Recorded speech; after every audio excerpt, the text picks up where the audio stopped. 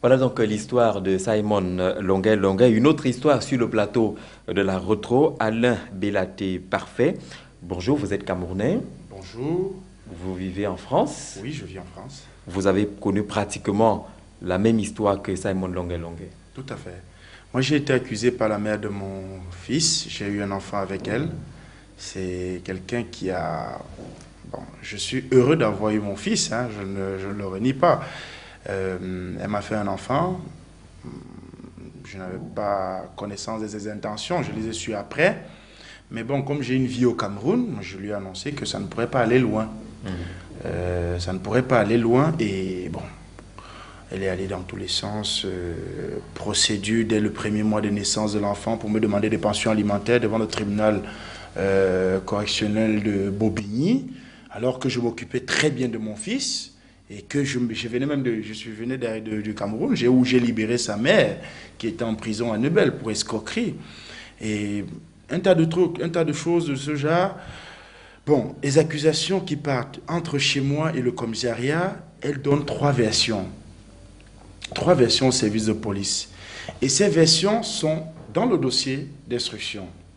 Mais comme en France, le nègre n'a pas droit, j'utilise le terme nègre parce que je me considère ainsi, je dis je suis un noir qui n'a pas eu droit à la justice, puisque je n'avais même pas mot. Le magistrat me laissait penser que c'est lui qui dirige les débats.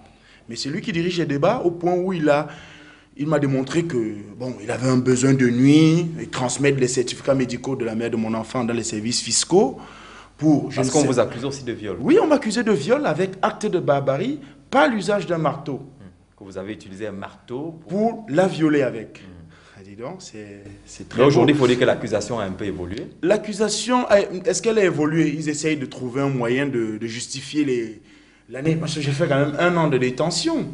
1 an de détention parce que le magistrat n'arrivait pas à bien lire le certificat médical. Il n'arrivait pas à le lire. C'est la langue française qui est écrite. Il est français. C'est la langue française qui est écrite dans le certificat médical. Un refus volontaire, vous voulez dire? Moi, je pense que c'était un besoin de trouver un aveu qui n'avait pas lieu d'exister par la réalité des faits. Alors, vous avez fait 1 an. 1 an de détention. L'affaire n'est pas encore arrivée à son terme, mais vous êtes au Cameroun. Comment ça se passe? J'ai été libéré en 2006, le 13 novembre 2006. Par un coup d'éclat, j'ai été libéré et mon passeport a été retenu après pendant 2 ans. Il faille, Dieu merci, que nous ayons l'équipe actuelle du ministère des Relations extérieures.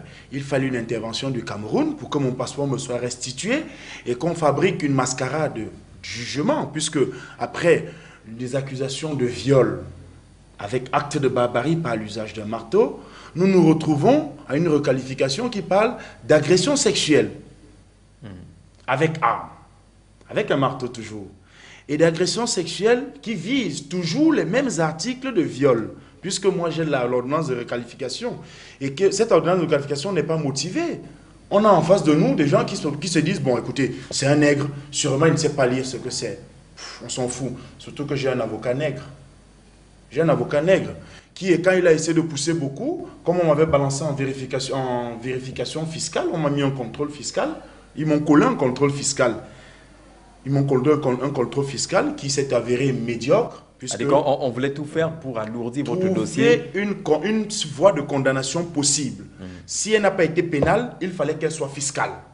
Et comme le fiscal aussi tombe à l'eau, le fiscal est tombé à l'eau, puisque le 19 mai, le directeur des services fiscaux de Hauts-de-Seine Sud, M. Labouré, qui m'écrit, il reconnaît le tort. Ils m'ont poursuivi à tort. Et je suis estomaqué de voir un ministre de la Justice qui répond dans une lettre, qui confie à un conseiller du ministère de répondre à un consul général.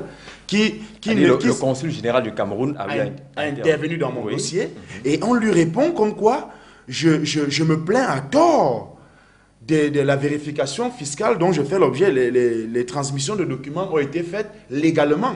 Moi, la question que je pose au ministre de la Justice à ce jour, français, qui est MAM, est-ce que le certificat médical d'une accusation de viol avec acte de barbarie, qu'est-ce que ça a lieu de faire dans des services fiscaux?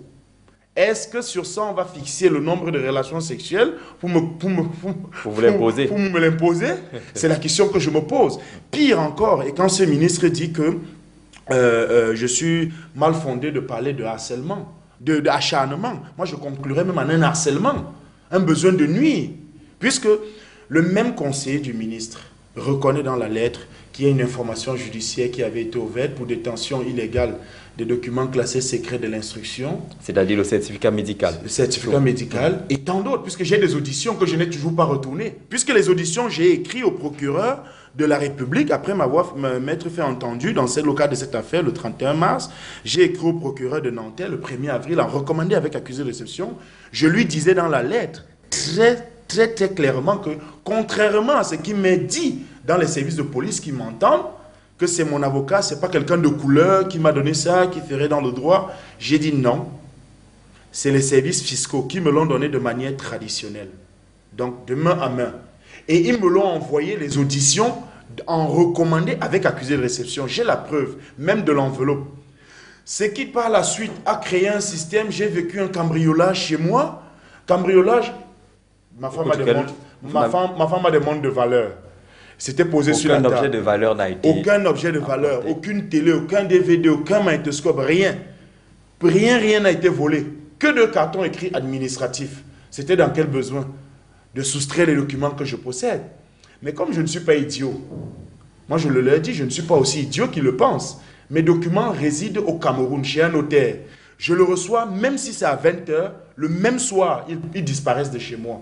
Je garde qu'une photocopie. Alors, vous semblez indiquer que la justice en France, à la lumière de votre expérience, semble avoir une couleur. Je ne suis pas seul à le dire. Ils sont nombreux. Je dis même des propres Français s'en plaignent. L'affaire Outreau, il y a un accusé qui a déclaré que on pourrait qualifier maintenant les tribunaux de tribunaux dits de justice. C'est un peu tribunaux de justice. Ce n'est pas moi qui l'ai dit. Il y a un magistrat instructeur qui a eu à dire que les juges d'instruction qui s'est retiré, je pense, lui s'est retiré, il est maintenant écrivain. Les juges d'instruction s'asseyent dans leur bureau, ils croient qu'ils dirigent le monde. Ils tiennent la vie des autres. Moi, j'ai été accusé le 12, le même 12, je me suis retrouvé en prison. Le même 12, je me suis retrouvé en maison d'arrêt de Nanterre. J'ai joué au volleyball, qui ne me connaît pas. Voilà mon bras qui est cassé. Je me suis fait tabasser en prison parce qu'on voulait me faire décharger une spoliation dont j'ai été victime, tabassé par les gardiens de prison. Et après, on m'amène au tribunal pour me condamner pour violence envers des personnes dépositaires de l'autorité publique. Parce qu'on voulait me forcer de signer un document qui disait que j'étais d'accord de donner les biens spoliés. Pour eux, il fallait me faire signer ça coûte que coûte. Dans cette affaire, jusqu'à présent, vous n'avez pas réussi à retrouver vos biens? Rien. Les biens de mon frère. Parce que, vous savez, ils sont rapides. Hein, les biens de mon frère, l'entreprise appartient à mon jeune frère, Titi Bellat.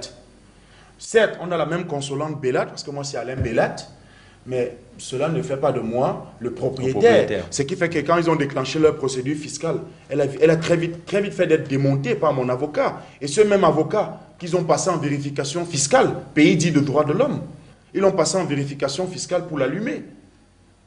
Maître Mbaye a été mis en vérification fiscale parce qu'il ne voulait pas baisser les bras dans cette affaire. Jusqu'à aujourd'hui, il maintient. Nous avons assigné l'administration judiciaire en référé pour la spoliation.